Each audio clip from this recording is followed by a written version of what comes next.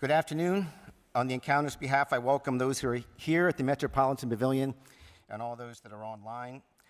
My name is Tom Tobin. I'm a high school teacher. That's why I have to stand up when I speak. Everyone else is sitting.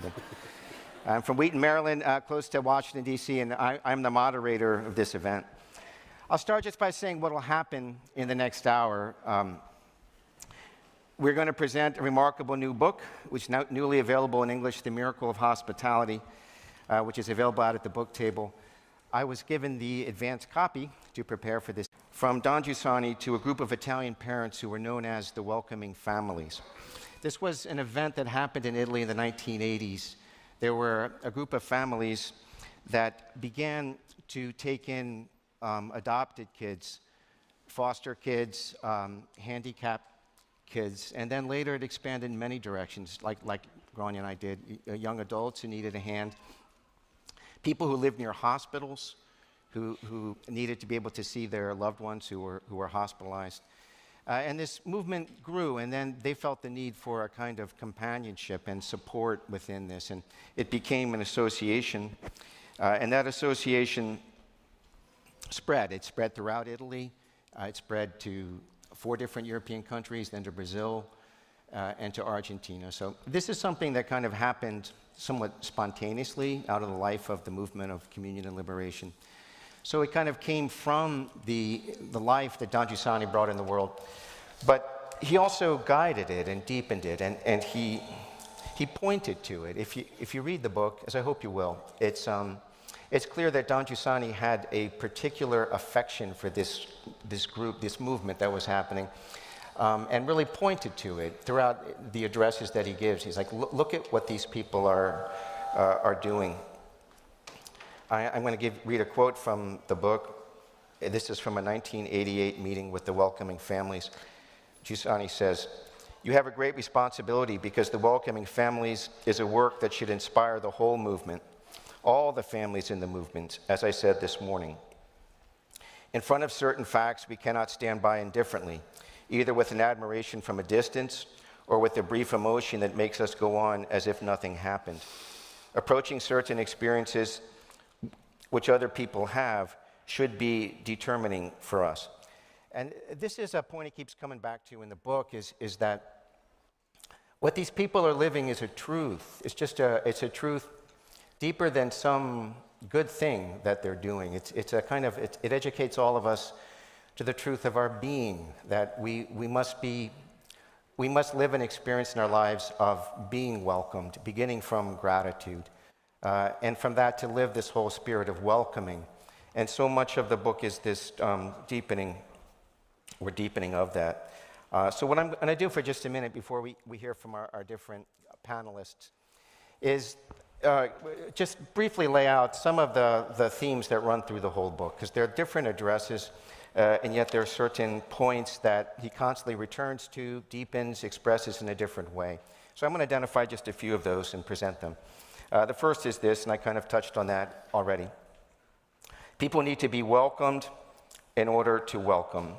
The beginning of a real generosity is a receptivity. It keeps returning to this, that if what we do in gestures like this doesn't have at its root a kind of gratitude, it can't be sustained over time. I mean, I know from our own experience of this that it's hard, and you can hit your limit if it really is simply a matter of your energy and your goodwill, your intentions.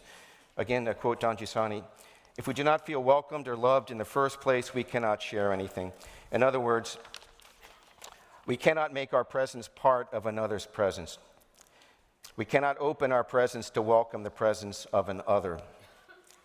So this is a work that can't be just sustained by our desire to do a good thing. We welcome others to a place where our own brokenness, our own need has been embraced, and therefore there's a possibility to do this. The second point is this: belonging to a companionship is crucial. Again, a quote Don Giussani, "There is no authentic gratuity if we do not live with gratitude for the charity with which Christ has touched our lives through the lives of others, the encounter with a companionship. Without faithfulness to the companionship that we met, our charity would be false. It would not make history, that is, it would not truly contribute as it should to the kingdom of God and to the building up of the kingdom of God. So these gestures, as he began to talk to these families and deepen their own awareness, he kept emphasizing this. You have to belong. You have to belong to a companionship. And I'll just offer a little anecdote here because Grania and I, as I say, we took in these young adults at different times. And the very first, I reached a moment where his conduct, I was so frustrated with his conduct, I said to him, you're only in this house because my wife loves you, which was, not a charitable thing to say, but for me at that moment, it was absolutely true. I had really reached my limit of patience with Thera, but it also touched on a truth that because Grania really had a deeper commitment, she really looked upon him as a mother. She had really kind of made that choice, just a deeper choice than I had. That my limit was not the limit, and I think this is a beautiful thing that he keeps touching on in this work, that within a communion, when you reach your limit, it's not the limit, that you're kind of pulled on by another. And this is, again, something that's not just true for these particular gestures, it's true of life. And I think Giussani in this book keeps coming back to that this isn't a program to do a certain kind of gesture. This gesture done in a certain way is an education to life. Another point here, it is a work that needs to be gratuitous. This is a word that he keeps returning to, this word gratuity. From Don Giussani, hospitality does not mean giving something, but giving everything. It is the implication of a whole life. To welcome another means to put our house, our time, and our energy at the disposal of another, that I become totally involved. It doesn't have calculation.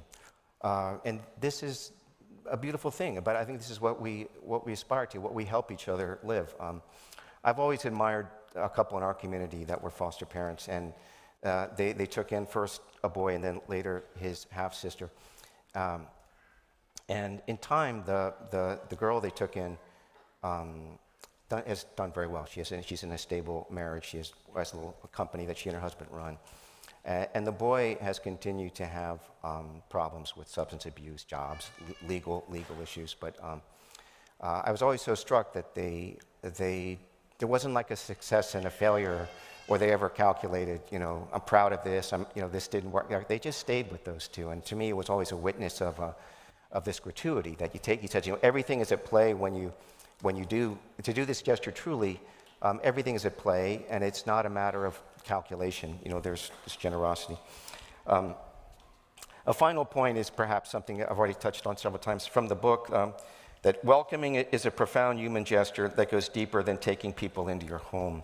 Again, to quote Father Giussani, welcoming is the embrace of what is different, and for this reason, it has to do with all our relationships. The embrace of diversity is called forgiveness because to embrace someone different demands first that we forgive him. To forgive means to affirm, under all the ugliness, what is true and right, good and beautiful. To affirm the being that is the other, the being of the other. Your being is greater and deeper, more important than thousands of your sins. So this point is this. What he does in the book is he continually calls people to go to the depth of what they're doing and to see that, to understand this gesture in its depth is something that educates you to all of life.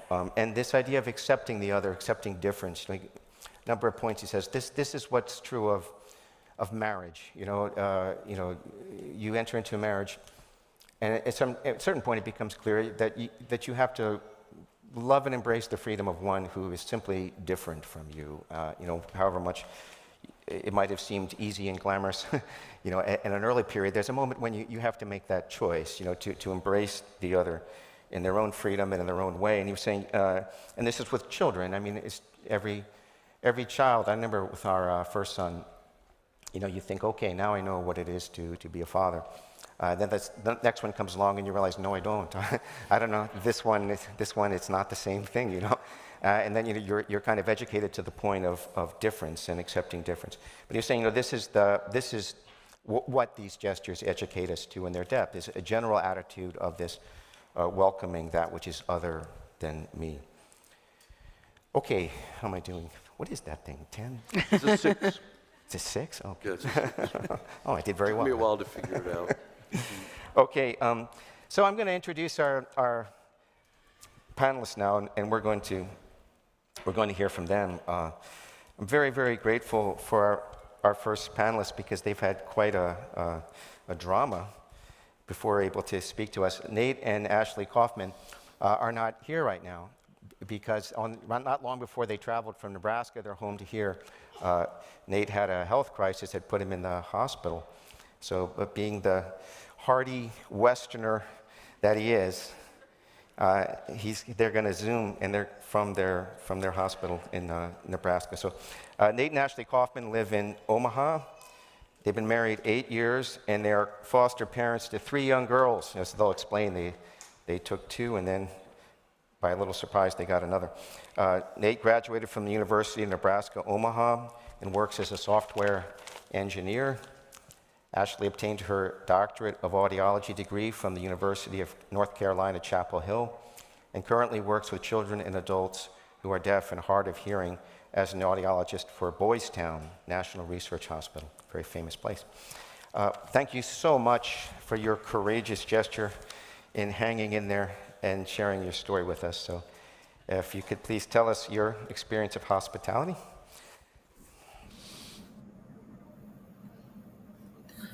Yes, thank you, Tom, for the introduction, and we're so happy to be speaking today. We wish we could be with you, but that's just how it goes, and we'll share a little bit of our journey of hospitality through both adoption and foster care. We think it would be helpful to share a little background information on our journey and what has brought us to this point. Ashley and I, as you mentioned, were married a little over 8 years ago, and right off the bat, we knew biological children were not in our future. I have a genetic disease called cystic fibrosis, which makes having biological children difficult, to say the least. And we discussed it prior to getting married, and both agreed we felt a call to pursuing adoption. Around 2 years into marriage, we began our adoption journey with an open adoption program, and this just simply means that the biological mother picks the adoptive family, and they maintain open communication and contact throughout the child's life. It was during our adoption experience that we were invited to a weekend retreat with other families in the movement who had either fostered children, have adopted children of their own, or who are raising children with special needs. During this weekend, we had the pleasure of meeting some incredible families, such as Rick and Maria Chiara, with whom we shared similar experiences. We were also introduced to this book by Father Giussani called The Miracle of Hospitality. It was in this work we were introduced to the idea of what hospitality is. Giussani described it as nothing short of man's greatest imitation of the love with which God loves man, and therefore the love that constitutes the life of God. Through the words of Giussani in this book and the witness of these families who were living out this hospitality, we became more aware of what we were being called to. Adoption was not simply a method of obtaining a child for our family, but a calling to a life that would require depending on Christ in a way we hadn't experienced before. A life where he could continually ask us for our openness to situations where we may not know the outcome. We were in our infant adoption program for almost 5 years, and to be honest, they were really difficult 5 years, and so often very emotionally draining. We would go months without hearing anything about new potential adoptions, and then all of a sudden we would get a phone call about a biological mother that was looking at our profile, and there was always this hope that would enter in, and we would think maybe this is the one. And so everything would stop while we waited, and many of these cases were last-minute phone calls. So we wouldn't make plans with anyone, just in case, and I would scramble to get everything in order at work so that if I all of a sudden needed to be home for 2 months with a baby, my patients were still taken care of. And during that time, we experienced 6 potential adoptions and 3 changes of heart. And that means that a birth mother picks you to be the adoptive parents. And then oftentimes after the baby is born, changes her mind and decides to parent her baby. So the first change of heart was due to just some unforeseen circumstances in her legal case. But it was during this time that we received one of our first great lessons in practicing hospitality. I remember telling a dear priest friend of ours that we were excited about this potential of bringing this little girl home, but we didn't want to become too hopeful or too attached in case it didn't work out. And he reminded us that if we loved this baby, we needed to love her right now, fully, without reserve, whether we ever got to bring her home or whether she was in our care for a minute or a lifetime. And what he challenged us with that day reminded us of a section in The Miracle of Hospitality, where Giussani says that the duration with which one lives hospitality does not matter. When a child is entrusted to you, whether it be for a minute or a month, you can truly live hospitality because your heart has an openness that is not fixed or measured by the amount of time. It has more to do with the totality of your eye. If you do not block your embrace according to your own preoccupations. And I think this is kind of what made our second change of heart all the more devastating, because we approached it with this openness. So about a year after this first change of heart, we were asked if we were open to our second adoption possibility. We were asked on a Wednesday if we would like to adopt Sophia, and her mother was scheduled for a C-section 2 days later. So we frantically called friends to gather supplies. We picked up a car seat. We began getting ready for the addition of a new baby. And when we met with the birth mother, she explained to us why she picked us. And her reasons seemed so true to who Nate and I were. She really seemed to see us for our personalities and loved us for that we really thought this baby was the one. And so she wanted us to pick Sophia's name, and she asked that I be her support person in the hospital. So I was in the operating room. I was the first person to hold Sophia, and I got to spend 3 days caring for her. Nate and I felt an instant and overwhelming love for this little girl with chubby, chubby cheeks. And a day after Sophia and her mother were discharged from the hospital, her mom began to change her heart. And the next day, we received the news that Sophia would be staying with her mother. The moments after this decision were extremely difficult for us. I cried for days at the loss of this little girl. And yet, they were moments for us where we once again were offered the space and opportunity to deepen our understanding of what hospitality is. To live in such a way comes with a risk because you're opening yourself up without holding anything back. And it was the faces of our friends and our family that helped us see the beauty of that risk, because in all honesty, in that moment, we couldn't see it. So it was the friends who showed up at our house unexpectedly, even when we weren't really feeling up to company, people that sat with us, cried with us, who began to take weekly walks with us, and who asked us the question of, if you could go back in time and do this all over again, would you? And at that time, without fully understanding why, we both knew that we would. It was several more years without being matched in the program. We prayerfully decided to move on. And yet the experience of Sophia showed us we still had the capacity and the desire to welcome a face or faces we had yet to meet. It was at that time we didn't feel comfortable choosing a new adoption program, and we truly felt we were done. So we began to look into foster care. I think we sometimes still ask ourselves how we moved on from adoption to foster care, knowing that with the goal of reunification of children in foster care with their biological parents, we would be experiencing that same feeling of loss that we had with Sophia, but over and over and over again. Looking back, I think we can now say there was a growth and maturity from our experience. It had become less about possessing this idea of what we thought a family should look like, and more about opening our home to someone in need without expectation. We had the freedom to now say, okay, God, you have carried us this far. We can take a few steps more. And there is so much evidence of the fact to your presence that we are going to step out in faith with you again. That's the only explanation I think we have for it. We applied for the Boys Town foster program, filled out a mountain of paperwork, completed background checks, attended a 12-week training class, and were approved for the program. And then once the state approval came through, things moved very fast. Within a week of our approval, we were asked if we would take in two sisters, a 15-month-old and a 2.5-year-old. And they had already been in the foster system for several months prior. And once we had said yes, their current foster family literally dropped them off on our porch with all their belongings without saying so much as a goodbye. I remember thinking, is this how this typically goes? This is nuts. But right away, we felt so much empathy for them because of the fear and uncertainty they must have felt. The older one of the two walked into our house and proceeded to throw every toy we had procured across the room, hit and kicked and screamed whenever she didn't get her way, and the younger sibling cried for all but 2 hours of the first 3 nights in our home.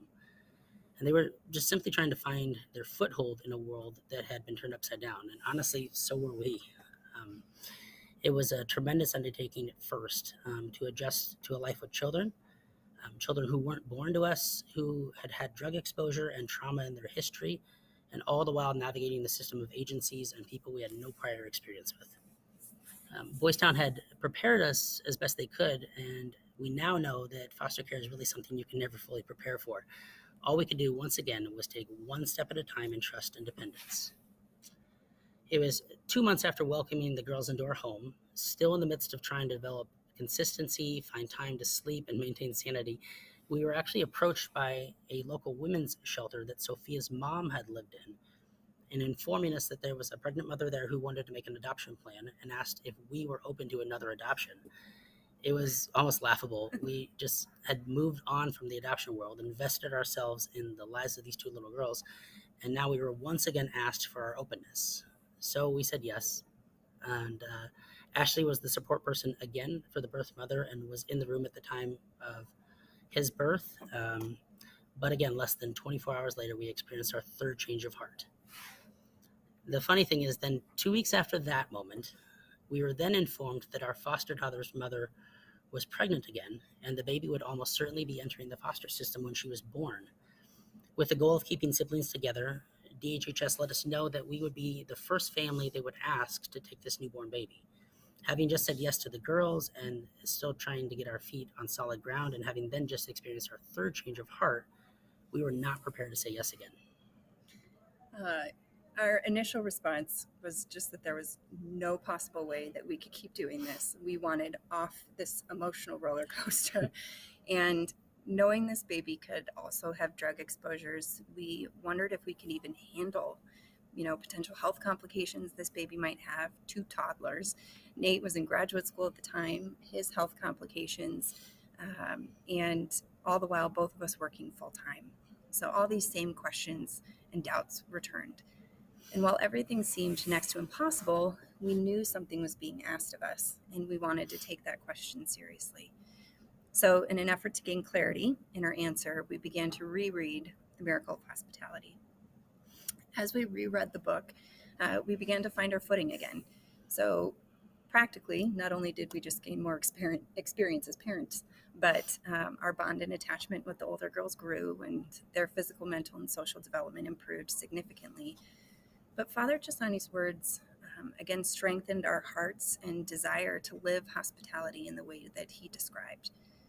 He was mirroring our own experiences in much of what he said. So at one point in the book, he says, loving God is affirming that existence is goodness, that you live this generosity with awareness. The more your generosity will not be at the mercy of your desires, of your tiredness, of your feelings.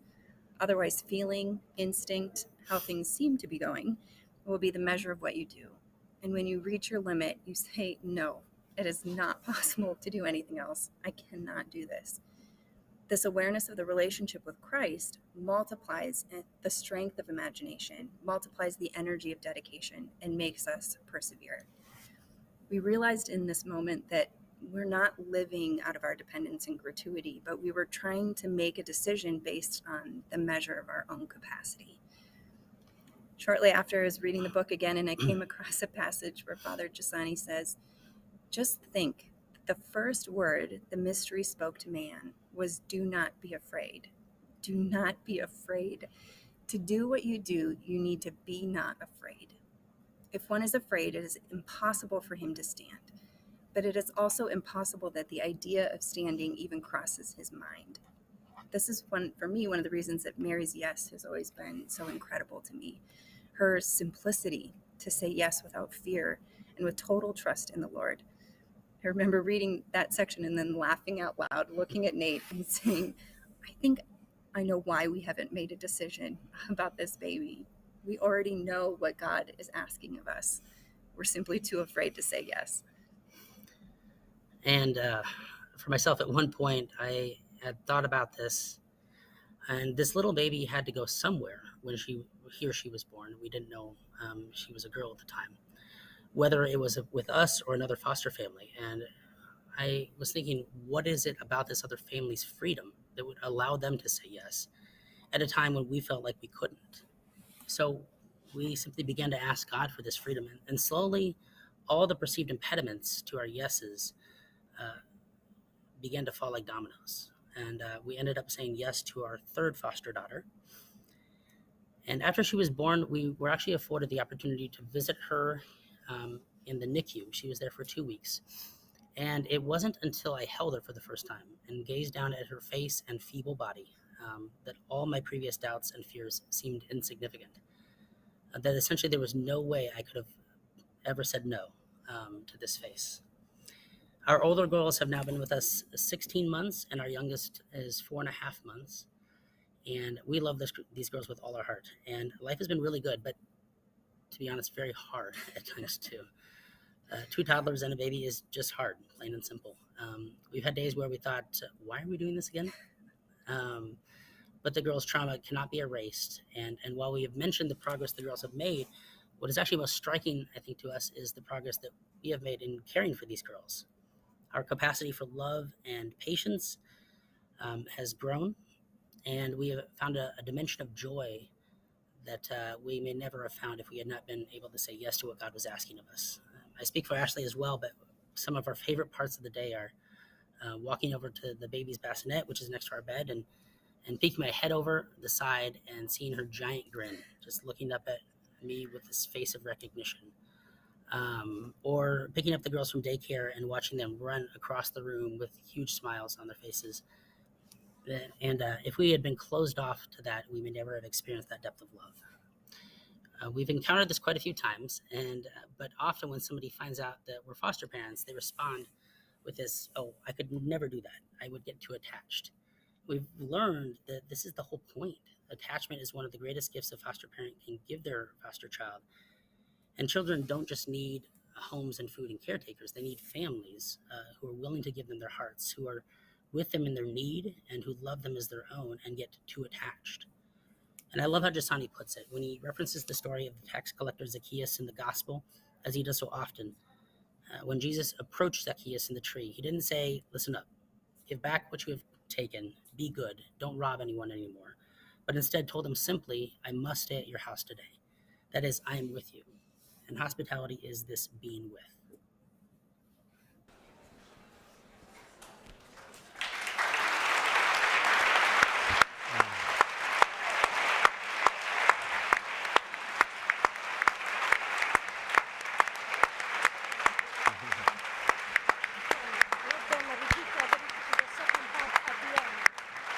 At the end. Don't stop clapping. Don't stop clapping. Oh. If you could, we had a little problem with the sound here.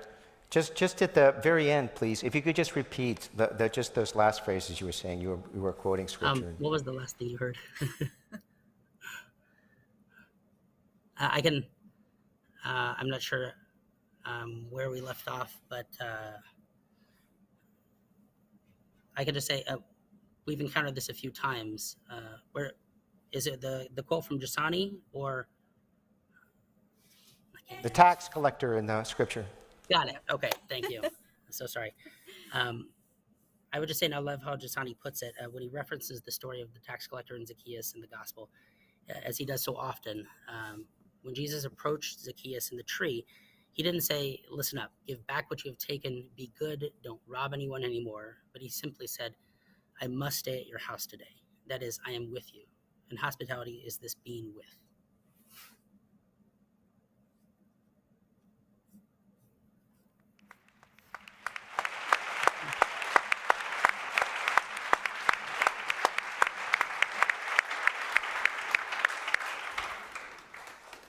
Thank you so much, what you said. Just a question or two before we move on to our other panelists.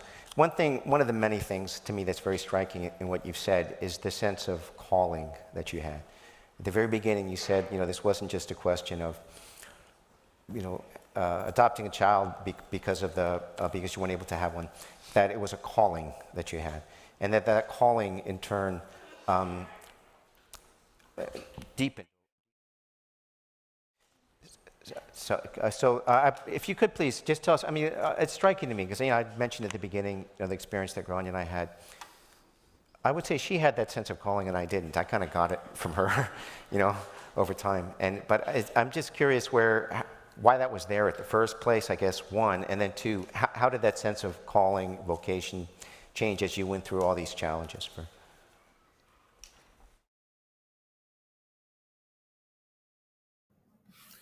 Yeah, that's a good question. It's interesting to me. I think we always had a sense of a desire for children in our lives, despite what would be the apparent difficulties of us having biological children.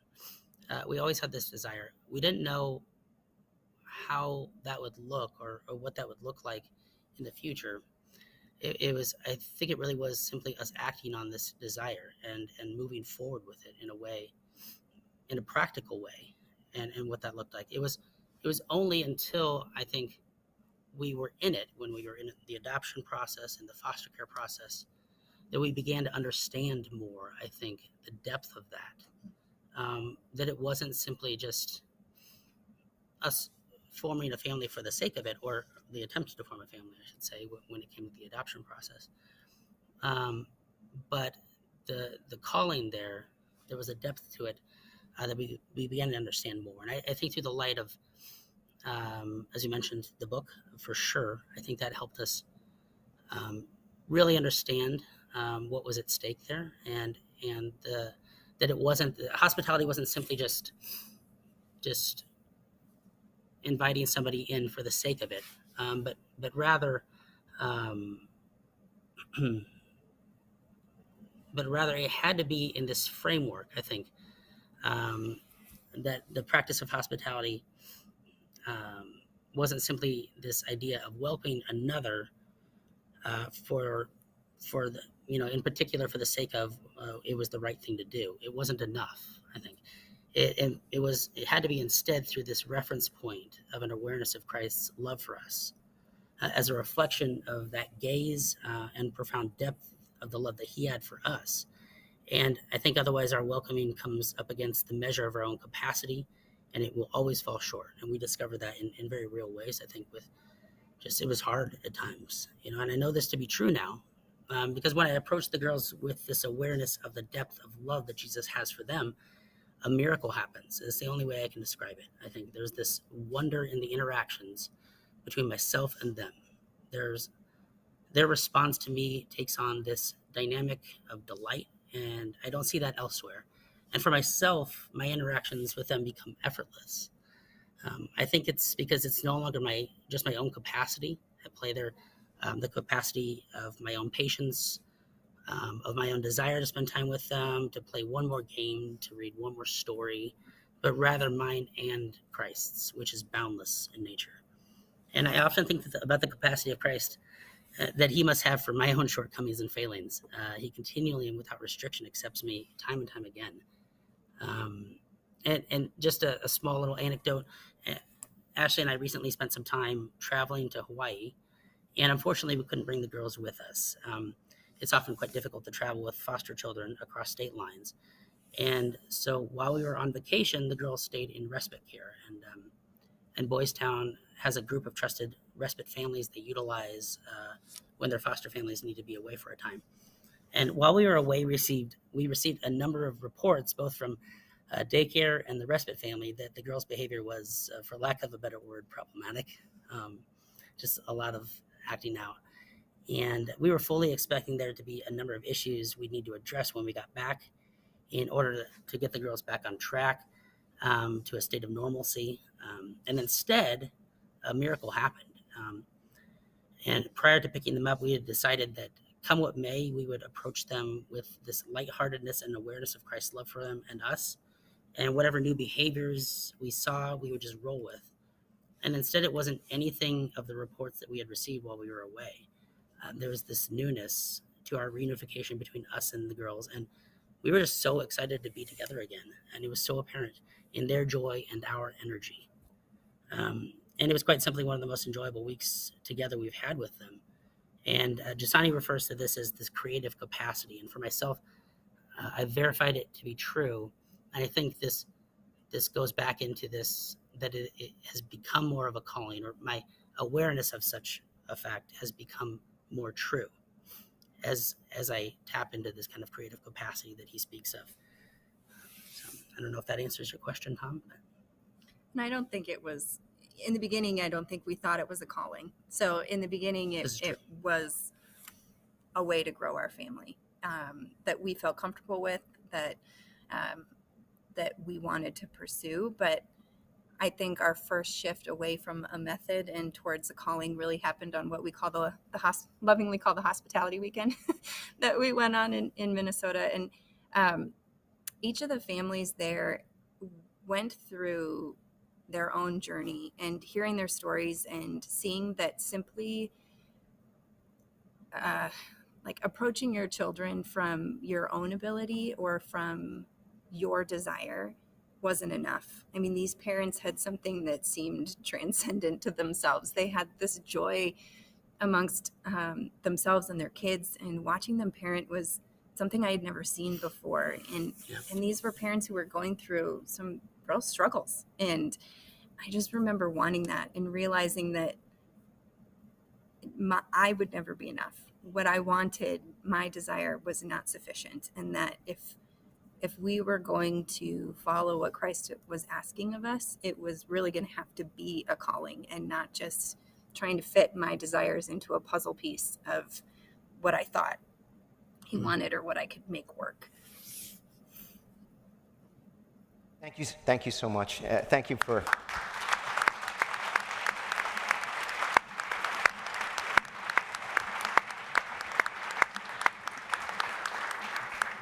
Now, thank you for all your words and your heroic effort just to join us today.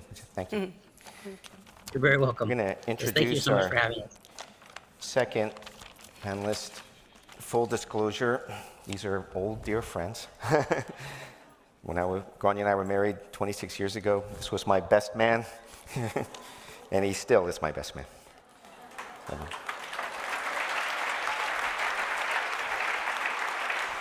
But Rick and Chiara are parents of 4 children, between 15 and 23. One out of college in Davide, who will be starting high school next fall. Been married for almost 25 years. Rick is my fellow Washingtonian. We're a rare breed. Most people from Washington are born someplace else. And he's been working with software for all his life. Maria Chiara is from southern Italy, and she's a biomedical researcher. And then we're going to talk about their experience of hospitality. Thank you, Tom. And good afternoon, and thank you for this opportunity to share my experience with you all. Although I feel very inadequate, I learned that when something is asked of me, it is not only something I'm giving to others, but it's really, truly for me.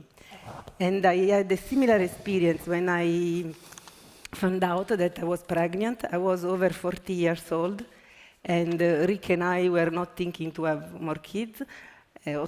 We could have more kids. And in that moment, I really felt prepared. I really felt wanted and chosen.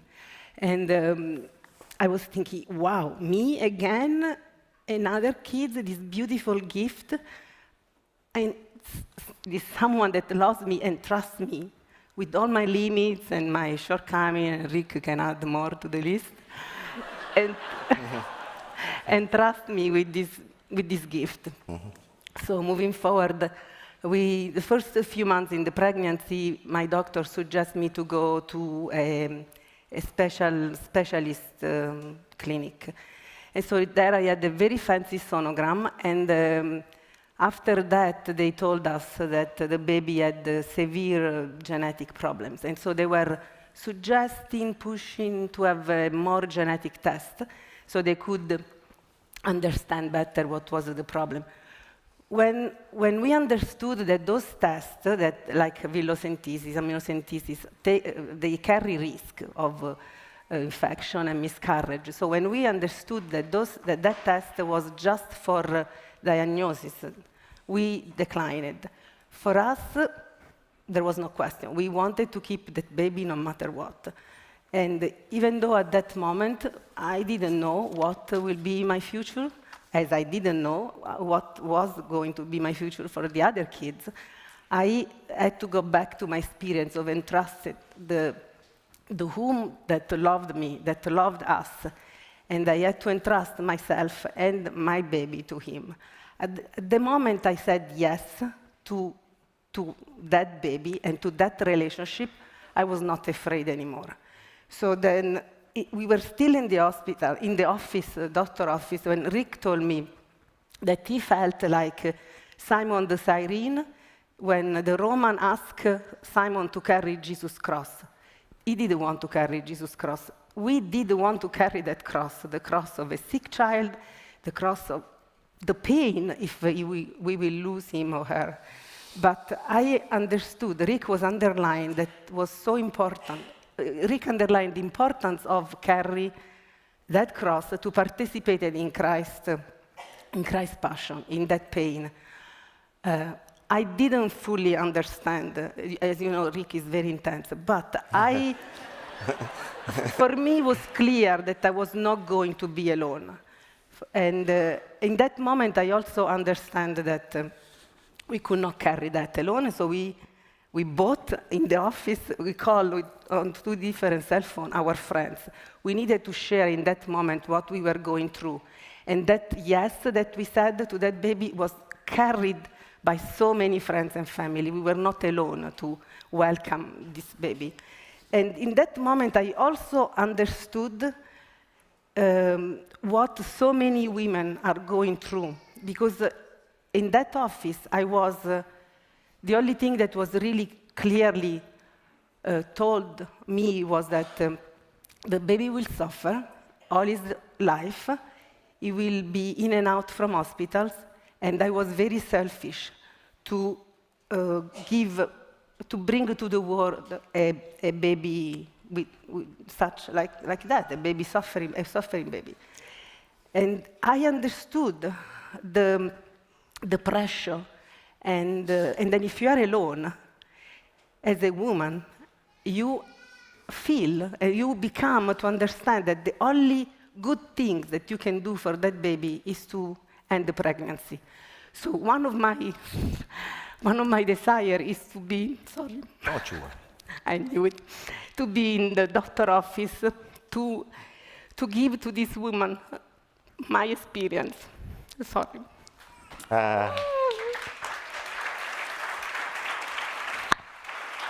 I still, after 15 years, this is so heartbreaking to me. So I wanted to be there to give to this other woman my experience, my friendship, and the other side of the story.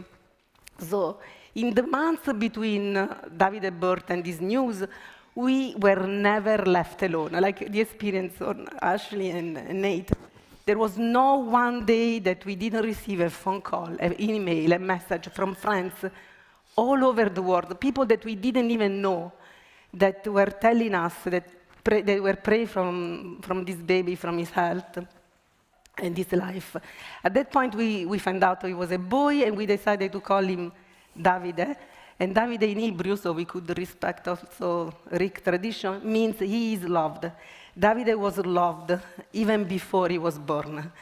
And at birth, when Davide was born in the middle of the summer, and he just had Down syndrome. And when he was alive, and that for me was the only thing I cared for. And he reminded me of Carlo, that is the only boy with Down syndrome that I knew at that time. And Carlo's dad, that is one of our friends, dear friends, they were in Italy when Davide was born. So they wrote us a welcome email to us to welcome Davide. And among the many things that they told us, sharing their experience with Carlo, there was this phrase that I keep going back to that said, that the only thing you can do is to love Davide as he is, and he will be who he is. I have to say that was not always easy. Davide spent the first 18 days in the NICU. He had to have transfusion, he had non-heart to have a surgery, but his heart was not acting well, and now he had to vision problem, hearing problems, he had to wear special shoes that support his ankle, and at one point he also had this very cute, very tight suit to support his low muscle tone. So it's true, I had to go through many more specialists, thousands, I can't even remember, than his siblings, but also gave me the opportunity to meet so many other families that were going through experience having kids with disability. I remember once I was invited by my neighbor to a meeting. It was a support group, and I really felt I really don't need a support group. I have already all my friends. But not to be rude, I went. And so the first, thinking this will be my first and last. And when I was there were like 50, 60 moms, different ages, with kids of different disabilities. Actually, I felt I was the lucky one. I heard so many dramatic stories. And but none of them were describing, when they were talking about their kids, were describing the limitation of their kids, of the disability. They were only point out to the fact that their life, they could not live without those kids, that they could not have a life different than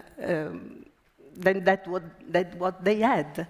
So that I left that meeting thinking, I want to be friends with these people. I want to know the way, I want to learn the way they love those kids unconditionally. So I can say that after 15 years of life with Davide, I am the one that is helped by him. He is a way to be in reality, to love, to learn by affection. He doesn't put anything in between the reality and himself. He doesn't have all these if, buts that I constantly put on. So I want for myself to have this experience of simplicity and humility in front of reality, because only through, when I'm in this way, when I'm simple and I can embrace reality as it is, I am more human, because my freedom is in action. I have to embrace as this reality comes. I say also humility because I got disappointed many times. And reality disappointed you. And, but I'm going back to that experience of preference, of the fact that I am wanted. I felt preferred. And so this is a work that I have constantly do for myself, to be in that position of accepting. I forgot. The reason why I say humility, the reality disappointed, and sometimes you really feel naked in front of you, but also you recognize that when you accepted reality as it comes, because it's given, you are free, you are more human. And just a few more examples to make you understand how simply Davide is. He doesn't give anything for granted. He keeps asking me every single night to put a lovey note under his pillow so he can find it the morning after. He has a stack of lovey notes for all these years that he kept. And he also...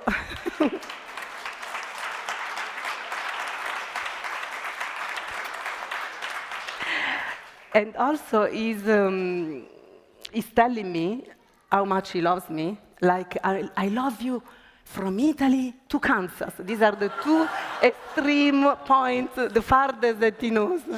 So he also has a sensibility for which when he can understand when I'm down, when I am sad. So he acting like a clown, he makes me laugh.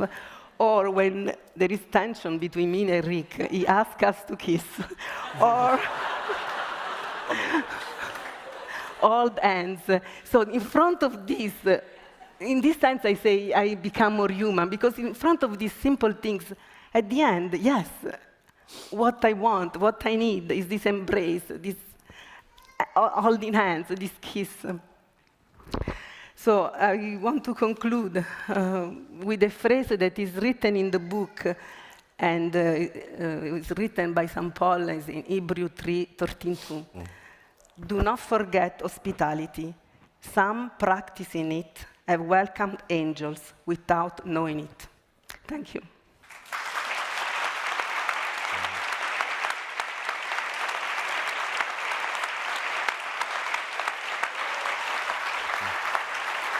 Okay. Just a little. Go ahead. Bye. Weren't you going to speak too? I was supposed to talk. The best part. You don't eat at the 7 Loaves if you don't say something. You don't get the dinner if you don't say something. Oh, okay. So I'm very grateful for this opportunity, because it's been several weeks that I live in a different way, with an attention that I think anyhow we should all always have, but we don't. At least I don't. And this invitation to speak here gave me an urgency to actually live. And the other thing is that she's not supposed to be the one that cries. All of my friends know. That's mine. Anyhow, so I'm going to just say some quick points for me that were very significant in the life of Davide. And the first was when we found out that there was a good chance that he would have Down syndrome. He says no. And after talking and leaving the office, my first thought then was that Jesus is coming home. Jesus is coming to our home in a physical way. In a physical way, Jesus is coming. And I didn't think this next thought at that time, but now I think that whenever there's an unconditional embrace, that's something that's not really human. It's more, it's beyond. I think whenever there's an unconditional embrace, in fact, Jesus is present, consciously or otherwise. So I thought that Jesus was coming. And then the next thing, I have a few pictures to show of Davide, because the next point was that the fact that for us, Davide was an amazing little boy. I think they're going to put pictures up. Oh, okay. So I don't see. Okay. It's okay. Anyhow, so when Davide's happy, it's not the same as other people being happy. When Davide's happy, because all three are happy, but Davide is clamorous, he's exuberant, he's explosive. And the next picture. Oh. I thought you were... Oh, sorry. Okay. Oops. Can't go Okay, back. but anyhow, these pictures show, to me anyhow, the heart of Davide. Sweet, transparent, open, very, very simple, and totally present. That like Chiara was saying, that when there's a problem around him, like when I would need something, and my tendency is, when I really need someone, my tendency is to retreat, to escape, to go away, to be by myself. And the only person who would come to get me would be Davide.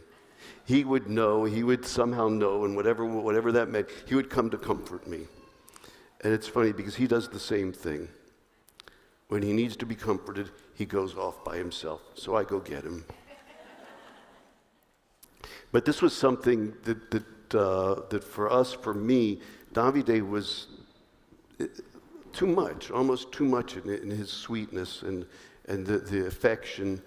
And And so I used to wonder, why did we get this gift? And for a long time, I was wondering and praying, were we given this gift?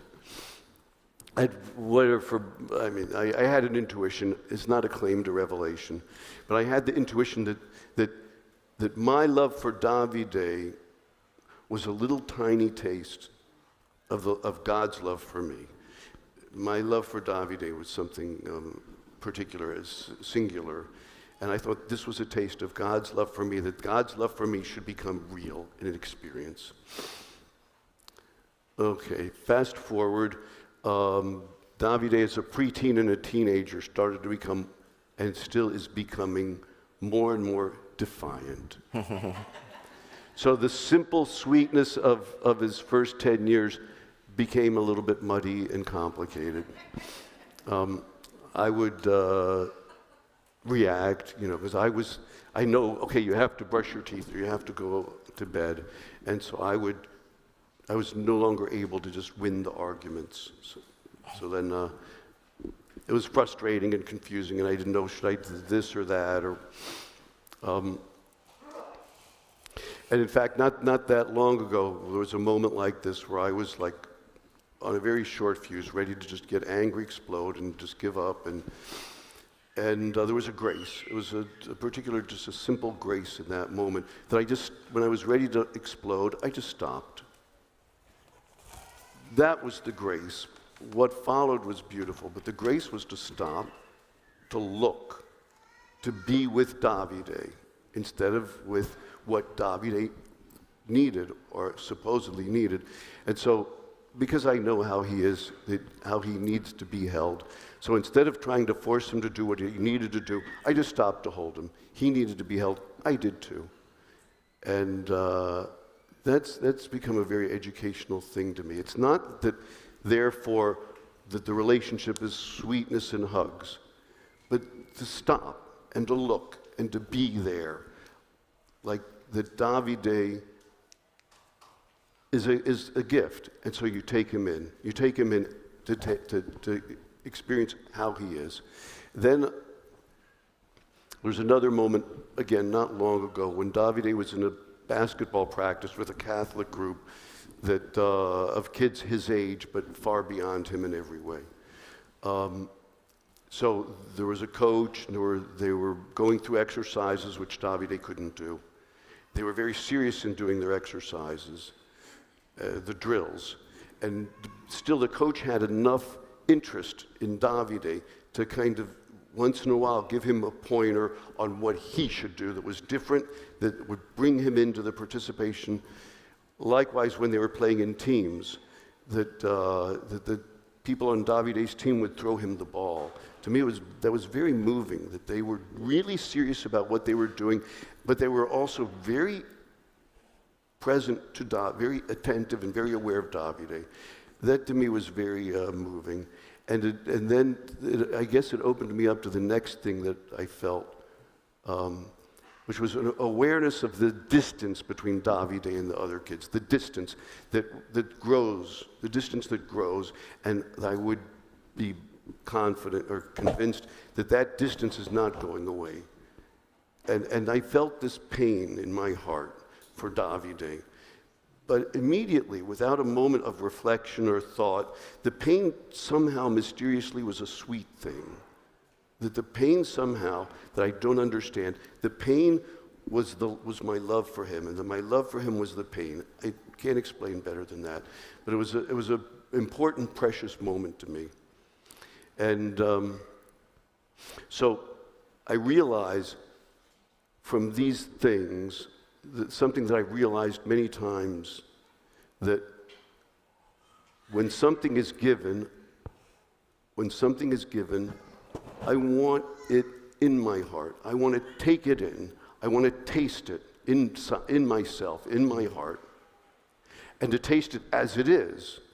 Not to taste it in a way that's like saccharine sweet or, everything is nice, like something that causes me frustration. I think that the frustration is part of the gift. Okay, strange, I don't know. Anyhow, that the pain is part of the gift. Mm-hmm. I think that The point is that in what is given to me, there really is something for me. There's really something for me. This is like an article of faith that I've been recalled to again and again in all kinds of different circumstances, in a particular way with Tobin. So that's what I leave. Thank you.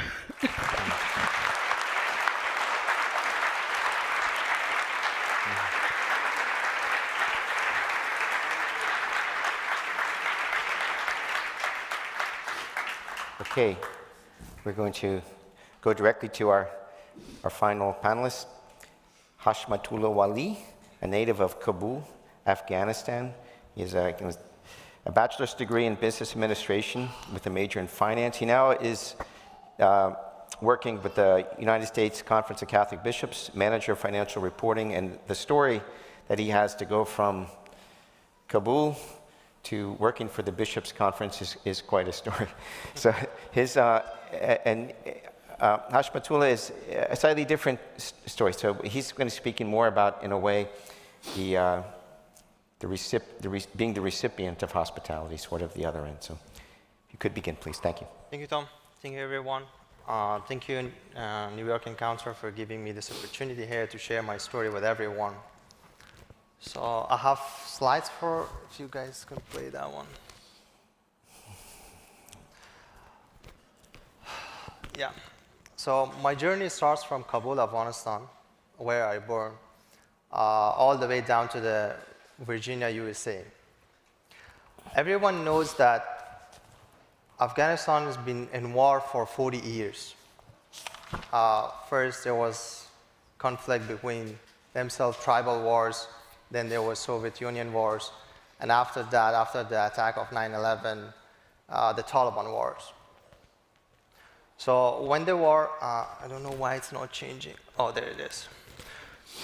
These are the pictures from 1960s of Afghanistan. It was all normal country. Everyone was like going to school, have their economics, women were allowed to go to educations and everything. But after that, the tribal wars started. It's like slowly, the country was piecing apart. Then the Soviet Union attacked. Then the US came to bring us freedom, to bring us hope, to bring us new stuff for us.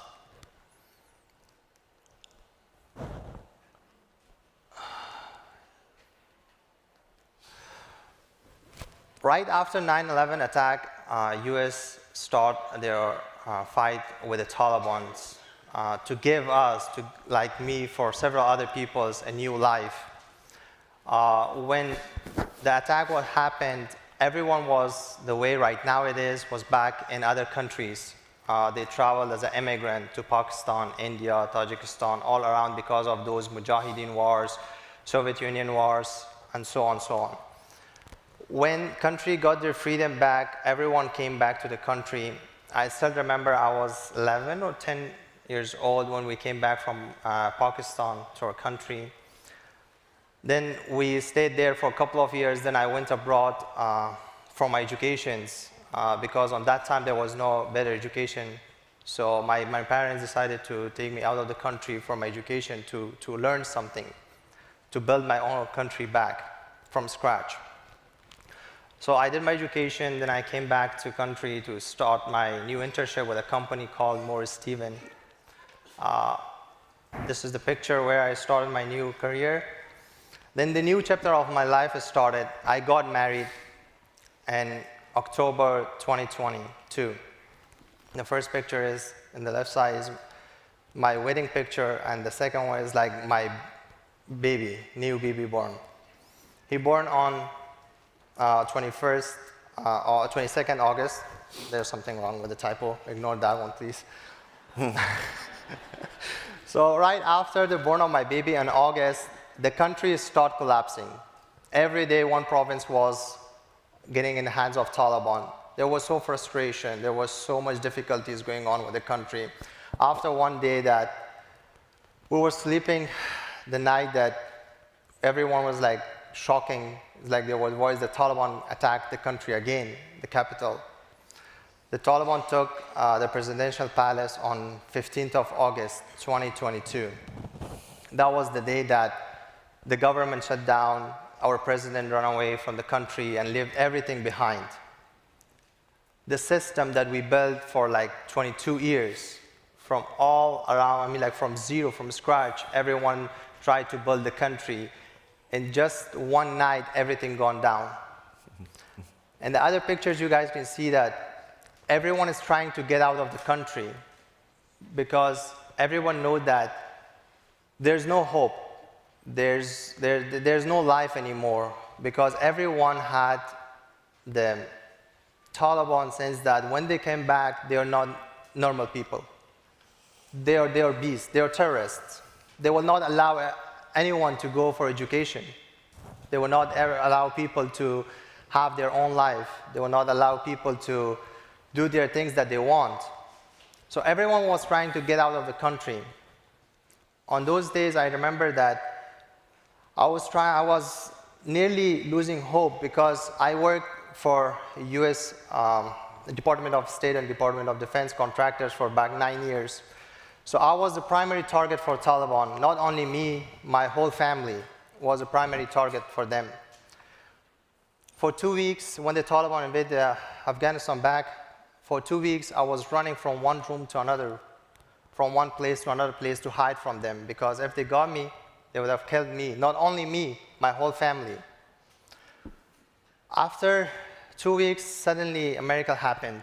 Everyone was at home that our chairman called us, we got you guys escort. So we will take you, get out of the country, take you guys to a safer place. We went to airport. There was thousands of people climbing on each other to get out of the country. It was not easy. I had my life in country, in Afghanistan. That's my hometown. I had everything there. I left everything. I had only 1 hour to pack everything that I had with me to take it out of the country, where it was impossible. Everyone knows that. So it was not an easy journey, but we had to, because I could have not risked my 20 days old baby that he was just born in the country I lived in the hands of terrorists to kill them. So I took the decision to, okay, I will leave the country. I packed everything with only one backpack. I still remember, you guys will see in the pictures later, that it was only the documents and some few cash with us. Then we get to the airport. The people was crying, shouting to take us out of the country. We don't want to live here because this country is not anymore the country that we will live. Because everyone knows that, now everyone might know in the news as well, that Taliban are not allowing girls to go to school, to go to education centers. Even they are stopping the girls, for those that they are doctors, to help other female. So this was not acceptable for me, for my family, and for those that they wanted to get out of the country. Because if a boy can study, why not a girl? What is the difference between them? So we ran out of the country. We came to Qatar. We stayed there for 3 nights. We were in Qatar. So from there, the hospitality starts. From there, I learned that how U.S. people, how their hospitality are. It was not only the people, the army, the marine, the doctors, everyone. My son was fully born because he was just 20 days old that we get out of the country. In Qatar, the temperature was really high. We saw that there was thousands and thousands and thousands of people were lying on the streets or in the camp, under the nets, everywhere. The people, U.S. people, helped everyone there, from the doctor, from the marine, from everyone, just to help us to get in a place that we want, just to live in a free, I can say in a free, they wanted to give us a freedom that we want to. This is the picture from the last day of the office. I was working in a company, Morris Stephen, as an international firm. So this was the last picture. If you guys have seen my hands, that was my last salary that I picked. This is my baby. He was just 20 days old that when we left the country. These are the backpacks that I was talking about. We left, I remember that my dad telling us the same story that I'm going through right now. They told us when I just born, they had to run away from the country. The same thing after when the US gave us freedom back, we came to Afghanistan. I said, like, we start new life. We try to construct our country. We brought new educators and everything. But suddenly, out of nowhere, in one night, we lost everything. Everything.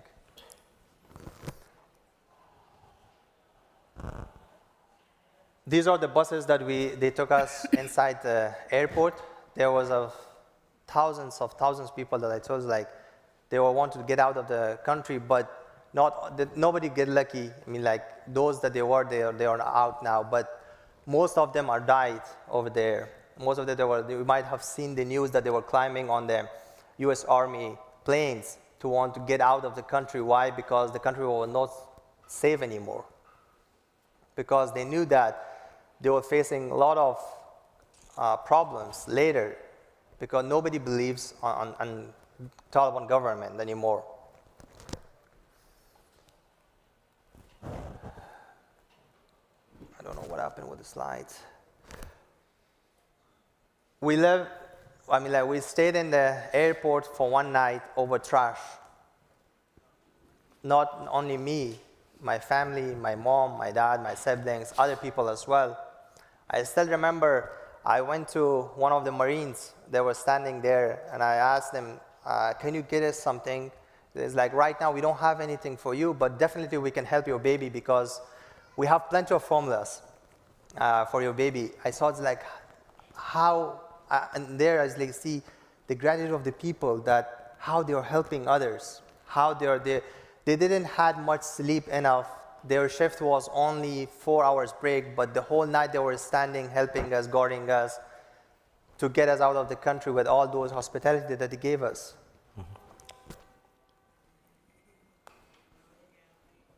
These are the foods that they gave us on the airport. This is my little brother. These are the airport pictures. And this is the plane. I always, watching the US Army planes when they were like in the movies, like Tom Cruise movies and other kind of movies, I was like, I didn't have any experience. I was like, how the people were sitting in there? It's like there will be chair or not. But when I went to the plane, inside of the plane, I saw that it was like, oh my goodness, it's not possible, but we have to. There was no chairs enough for all the people. In one plane, the plane carried over 800 people in one plane, and that's the live picture that I took on that time. It was like people were sitting for 4 hours without food, without water, and the temperature was very high, just to get a freedom, because in our country there was no more freedom.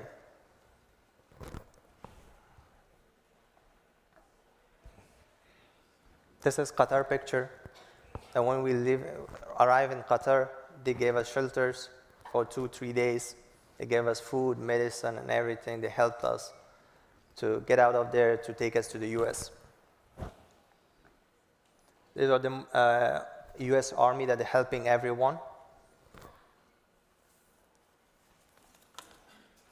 And finally, we reached to the US, Dallas Airport. When we reached in Dallas Airport, I still remember I didn't have sleep straightly for 48 hours. I didn't eat anything at all, just to help my family, because in my whole family, there was only 2 people that can speak English. It was one, me and my wife, and we were a huge family. We didn't want to be distracted, or we didn't want to break down in the middle way of coming, because there was a lot of people, hustles and going down.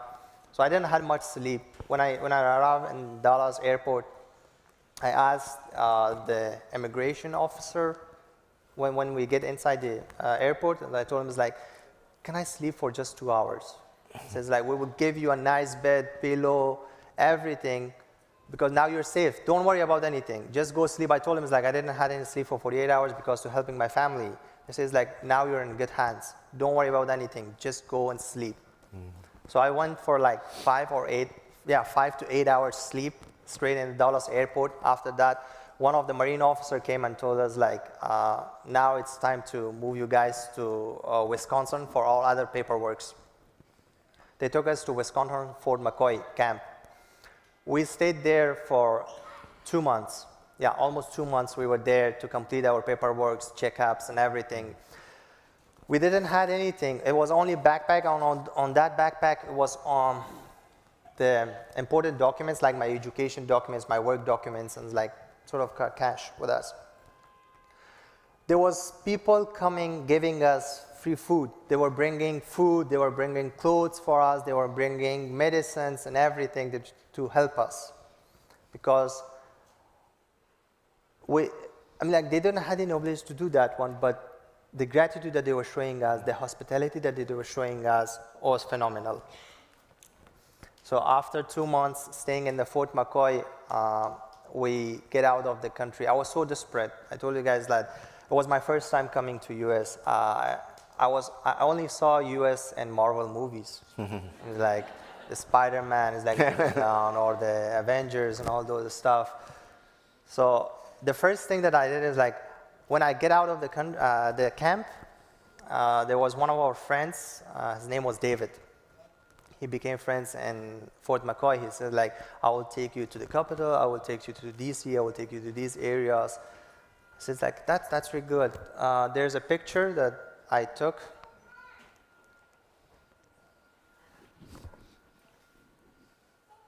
This is the first picture.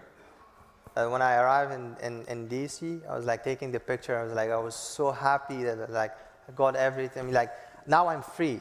I don't have fear that my sisters will no longer go to school. I don't have that fear. Now I'm free. I can do whatever I want.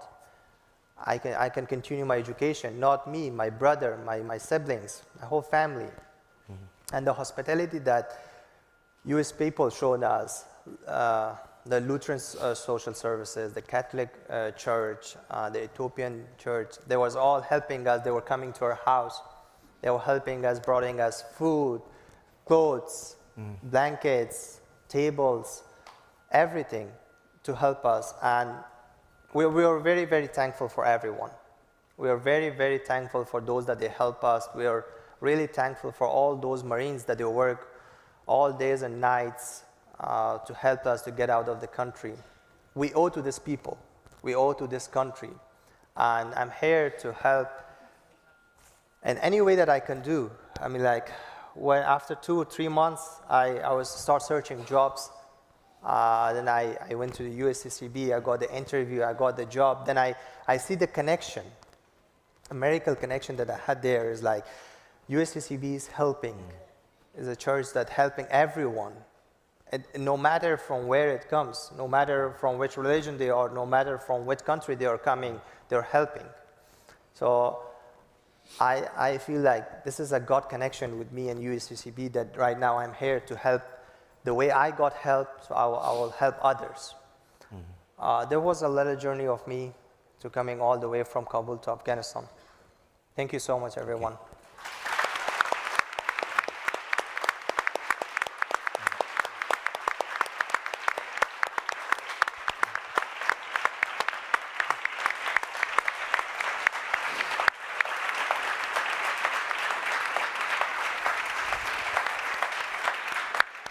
Just a very short comment of conclusion. To return to the beginning, you know, as I spoke of the content of the miracle of hospitality, Giussani's point was we look to these people because they show us the right posture of life, and that's why I'm very grateful for our panelists today, because they did just that. So please give them. Thank you.